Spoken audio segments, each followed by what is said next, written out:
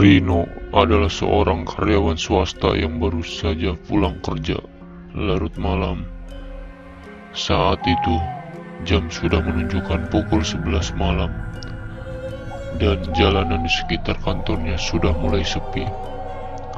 Ia memilih mengambil jalan pintas melalui jalan kecil di pinggiran kota agar lebih cepat sampai di rumah. Jalan itu terkenal dengan suasana sepi dan pepohonan tinggi di kedua sisinya.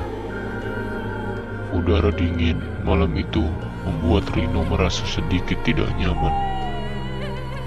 Namun, ia terus berjalan, ingin segera sampai di rumah untuk beristirahat. Saat sedang berjalan, tiba-tiba ia mendengar suara langkah kaki dari belakang. Awalnya, ia tidak terlalu memikirkannya, mengira itu hanyalah suara angin yang meniup dedaunan kering di jalan. Namun, semakin lama, suara langkah itu semakin jelas. Langkahnya tidak cepat, tetapi terdengar berat dan mengikuti ritme langkah Rino. Rino menoleh ke belakang.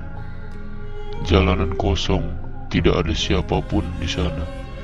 Ia berpikir mungkin hanya halusinasi karena terlalu lelah.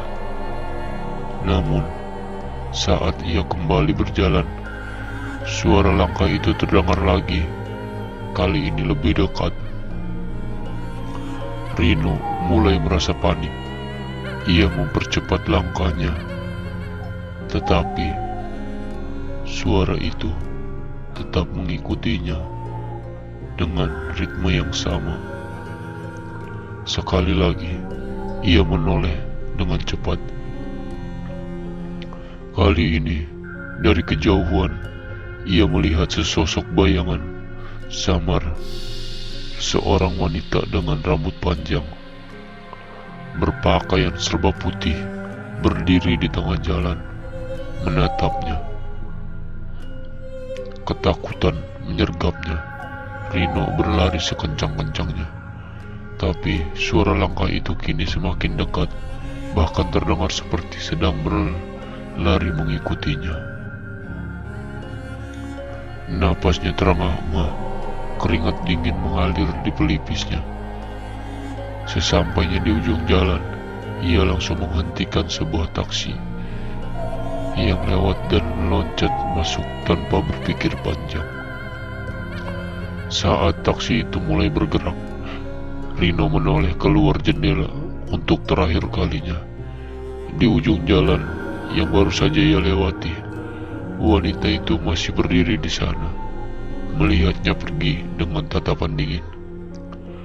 Setibanya di rumah, Rino merasa lega dan berusaha melupakan kejadian itu.